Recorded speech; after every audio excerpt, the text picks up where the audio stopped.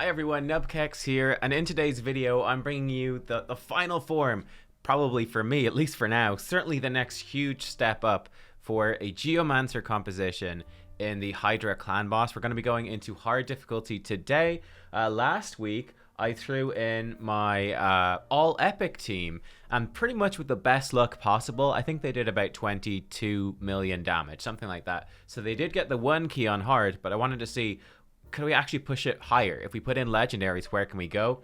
I want to give a huge shout out to Stormwill, who left a comment on the last Geomancer video, the last Hydra video, and he said that I've used a mixed variety of your ideas, and I came up with a 1 key hard Hydra composition that did exceptionally well as an exceptional normal team that can easily 1 key. The normal team I'm not going to do in today's video, but I'm going to do something similar. For his normal team, he used Ninja in the lead with an Arbiter, a Tanix, great, I love seeing the Tanix is going in there now, Ugo, of course, then Nekret and Shamail, and he did 30 million damage with good RNG, so he got a really good run, he got lucky. I'm going to do a video similar to this. I don't have Nekret's Avoid Legendary, I don't have a second Shamail either, but I'm going to take these 4 champions, and it'll probably be a good video for you guys to watch as well, to give you an idea for going, okay, if we don't have these 2 guys, how do we change the team? How do we mix it up, switch it up, to kind of compensate for not having these? What roles do we need to bring? But the team he used for hard, and which I'm using in today's video, Geomancer in the lead, Brogni, Godseeker, Umbral, Lydia, and Shamail, and he did 35 million damage with decent RNG. Let's dive in. This is one of my runs with better RNG as well. This wasn't my best run. Actually, one of my first runs was, I think it was my first run was actually my best run, but I only recorded half of it. So I went back and I redid it. So I'd say this is like a top 20%, maybe even top 10% run. Luck does definitely play a role for sure in terms of which heads respawn, which head eats a champion, etc, etc, etc, right? And the sort of the timings of those things. But yeah, let's dive in. I'm going to just give you some information on what every champion in here is doing, how the composition works. Then I'll let you watch through the run in full. I'm actually going to speed this up straight away. Let's actually increase the speed. Let's 2x this bad boy. And yeah, then I will be back then at the end to show you how the run went and to show you all the gear, the masteries, etc. on these champions. Okay, so let's talk about it. Obviously, in the lead here, the most important champion of the composition is Geomancer. He's our big damage source, and he is obviously putting a HP burn and weaken on a target for 3 turns with masteries that can sometimes be a 4-turn burn. And he basically reduces all the damage our team takes by 15% and instead throws that on every head with HP burn. And it doesn't like split them between the heads. No, it does the full reflected damage and it just duplicates it onto each head that he personally has placed a burn on. So we have to be a little careful. We got Brogni in here who can do a HP burn. If his HP burn overwrites Geomancer's, then it stops doing the reflection. If someone debuff spreads Geomancer's HP burn, that spread burn doesn't do the deflection. Only the ones that Geomancer himself personally places. But I mean, it's still amazing, right? Then he also has an AoE A1, which places decreased accuracy, which is actually quite nice to reduce the damage that the poison head does to you. It reduces the chance of heal reduction from Head of Decay, the worst head. It reduces the chance for Head of Mischief to steal your buffs and turn meter, which is actually really good. Very, very useful. One really cool combo we have going on here, which is it's a pretty cheeky combo and definitely not something that should work. But Shamail, Inquisitor Shamail, you guys obviously know about Shamail being, you know, the Hydra, one of the Hydra MVPs. Whenever someone gets feared or true feared, he instantly removes it and instead boost their turn meter, or at least that's what his tooltip says. Now what he actually does, which you can see very clearly if you watch the video closely, the fear head is dead, so you have to rewind it or wait for a fear head to prop up again. Everything's dead, look at that. But basically what he does is he boosts the turn meter of your leader, right? So he removes fear. Let's say that whatever Brogni gets feared, he removes the fear from Brogni, but he doesn't boost Brogni's turn meter. He boosts Geomancer's turn meter, which is really ups the damage of this composition.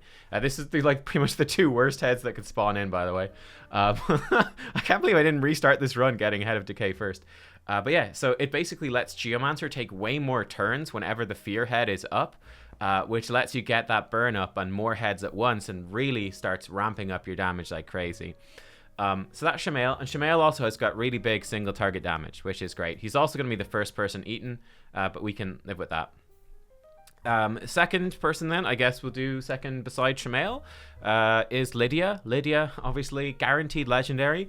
I mean, this comp is actually relatively budget in the sense, you know, for an endgame player, it's a fairly budget endgame team. The only two legendaries are Lydia and Brogni. Brogni was a fusion, Lydia's guaranteed from Faction Wars, and then we've got 3 Void Epics and 1 regular Epic. So in terms of, you know, comparable comps, you know, comparing it to Duchess Krisk compositions, for example, this is much more achievable. But yeah, Lydia is in there. She brings you decreased defense and weaken on AoE. The same move also gives you increased speed and strengthen, which is fantastic. It helps you stay alive in the increased speed, take more turns. She also has some incidental she also has, you know, an unreliable but an extra block buffs ability on her A3, which is quite nice. And then one really cool thing is that she counterattacks with her A1 whenever someone is like feared or true feared. This can be a bit of a downside in other compositions, because if she attacks without Veil, she gets true feared herself from the fear head.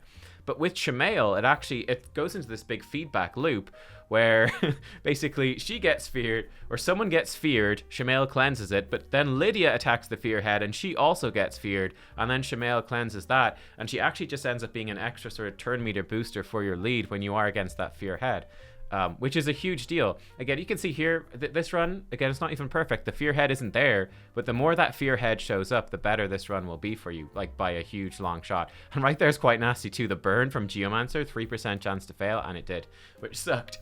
Godseeker, who just took a turn, she's in to be our healer. She provides revives, and she also extends our buffs, so gives us more speed, more strengthen, and extends Brogni's shields as well and block debuffs. She also, she does healing, reviving, and she does pretty okay damage as well. And then between Geomancer and Godseeker there, we have Umbral Enchantress. She's probably the best person for block buffs, the debuff, this rotation. Super good. She brings you block buffs that last for 3 turns, and it only has a 3-turn cooldown. And because she's a void champion, she doesn't weak hit. So we have all sorts of different head affinities in this rotation this week that you want to be landing block buffs on. She can land it on all of them and basically keep it up permanently on all of them too. So it's exceptionally good.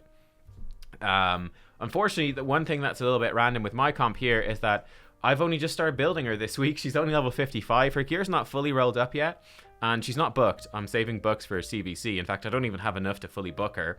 So for me, she only has an 80% chance to block buffs. But as you can see from this video, it still works. An unbooked Umbral Enchantress still works really well. It's just going to be a bit more hit or miss. So for example, if she misses block buffs on like the first set of heads, it's probably worth just restarting, because you're half of the way towards a 1 key by the time you've killed the first set of heads and they respawn already. So yeah, not too bad. But that's basically how the team works, right? That is how the team works. One downside of the team, of course, as you can see, manual control does become kind of important, especially when this son of a bitch, the head of decay is in there. Then you got to take manual control to make sure that you're not wasting your debuffs right before he's going to cleanse them. The one exception, I do use Lydia's stuff on cooldown because I think the increased speed and strengthen is more important. But yeah, you're basically trying to kill off that head of decay as soon as he comes in. Just get rid of him, because he is the worst head by far for this composition. Fear head is amazing. Head of Wrath and Head of Blight actually become just sources of your damage, which is pretty nice. Fear head by far the best, and then I don't know, probably Wrath is second best. Wrath is pretty damn good as well for just upping the damage that you do with Geomancer. But yeah, I'm going to let the rest of the run play out, and I will see you on the other side to see how it did and show you their gear. Let's go.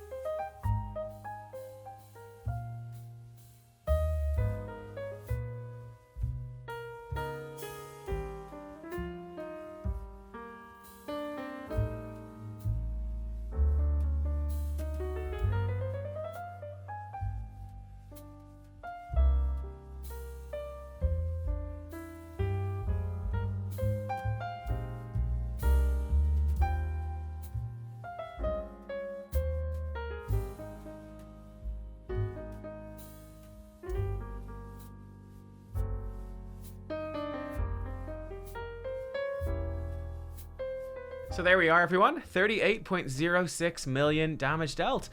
Very happy with how this all came together. I guess I was disappointed not to hit the 40 million. We were so close to getting to that 40 million damage mark. We got really unlucky at the end. Where we defeated Head of Decay, and then a fresh Head of Decay came right on in. And I just said, oh, we're screwed. And then Head of Mischief spawned in as well, that's the killer combo. Mischief and Decay together is just the worst. But anyway, in terms of how all the champions performed, Geomancer doing a huge chunk of the damage, 15 million.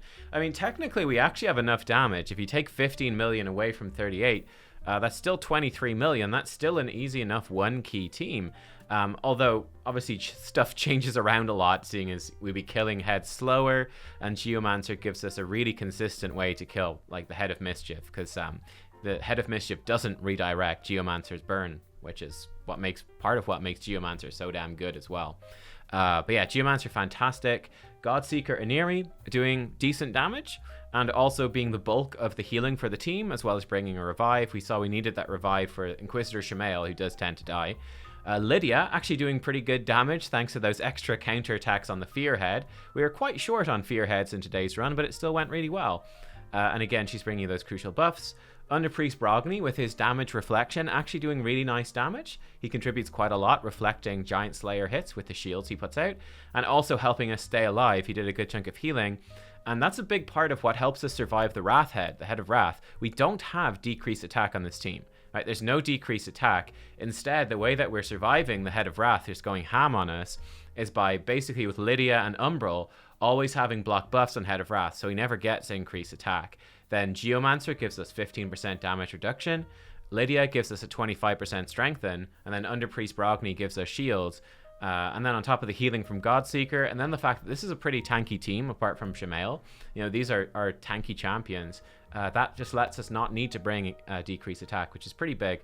Umbral Enchantress, she's not fully geared yet, so her damage will go up for sure when she gets booked out and her gear gets fully rolled up and she gets fully leveled up, but she's doing decent chunk of damage and bringing block buffs. And then Inquisitor Shamael actually doing a ton of damage, 8 million damage. And again, the reason for that is pretty much that he not only does he hit very hard himself, but he's also counterattacking constantly against the Fear Head. He also gets quite a lot of counterattacks against the Poison Head as well. He does help kill that one quite quickly too.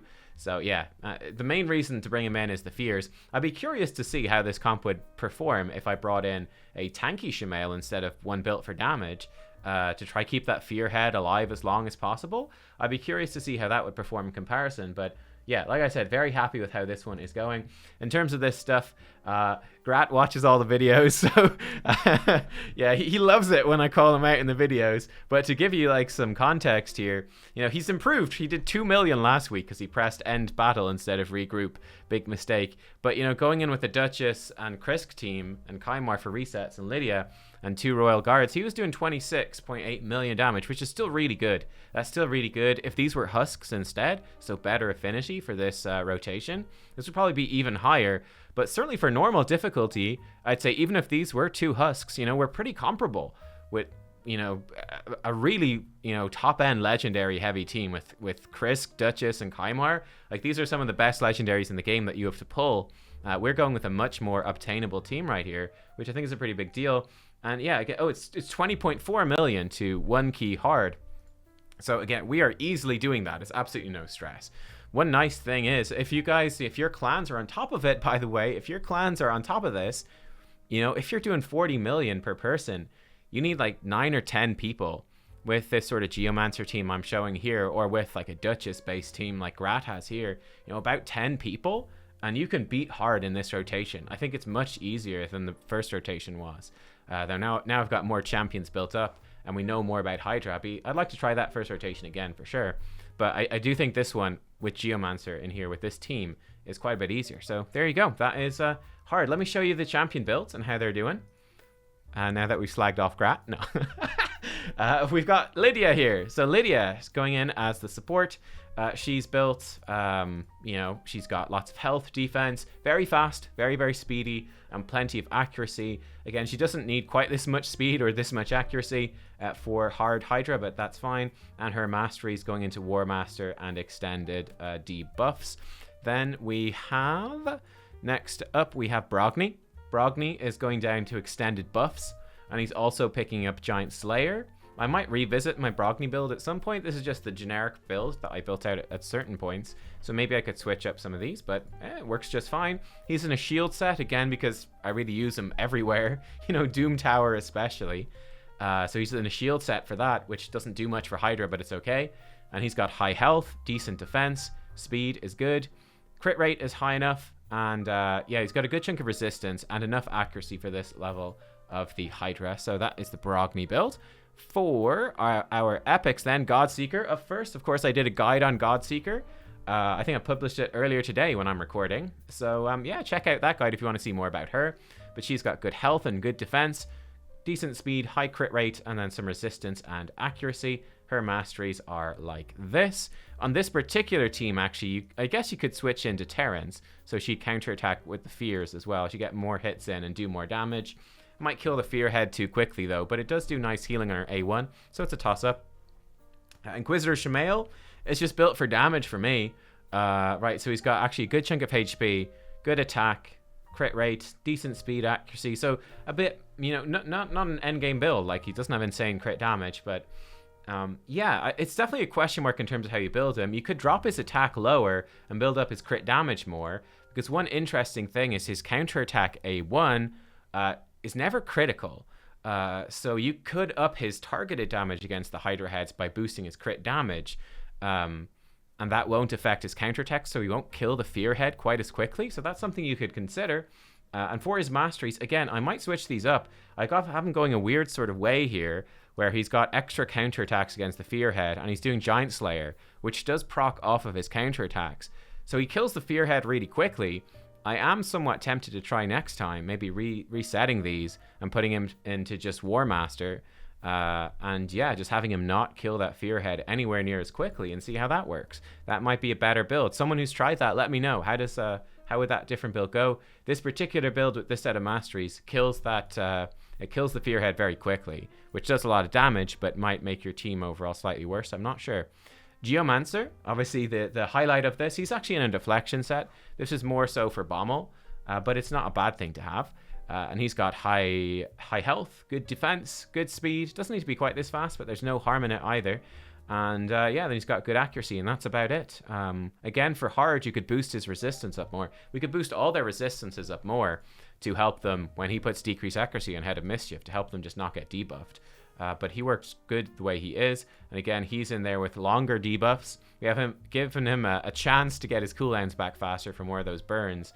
And then he has a War Master over here in the corner. And yeah, that was almost it. Who else is in there? There's one more. Ah, yes, Umbral. I think that's it in terms of the champions. But Umbral, she's gone down. Again, she's got the, more turn meter when someone is crit, and some counterattacking. She's got War Master. So I think this is a pretty standard Hydra build. And yeah, like I said, her gear's not fully rolled up. She's got a few pieces at 15, even a couple of pieces at 12, level 55. But she's got good health, good defense, good speed. It's very similar to the Godseeker build, though she has more accuracy to help landing that block buffs. And yeah, that is how Umbral is looking right now for hard. That is the team. And yeah, like I said, it works well, doesn't it? It works well. That's what I'm doing. If you guys have a similar team, but you've made some changes to these champions, again, let me know. I would love to hear. It's only really thanks to Stormwheel here that I threw together this particular team. I tried some Shamail and Geomancer stuff before, but like this particular combo of 6 champions, which, I mean, he got 35 million with decent RNG. I got 38 million with pretty good RNG as well. So this is like the top end of the team, I think, in terms of what you're going to get, but it is more than enough for hard. It absolutely smashes it.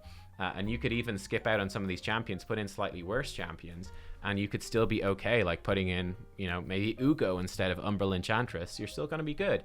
But yeah, so there you go, guys. Thank you for watching. I hope that you enjoyed, and I will see you next time. Bye-bye.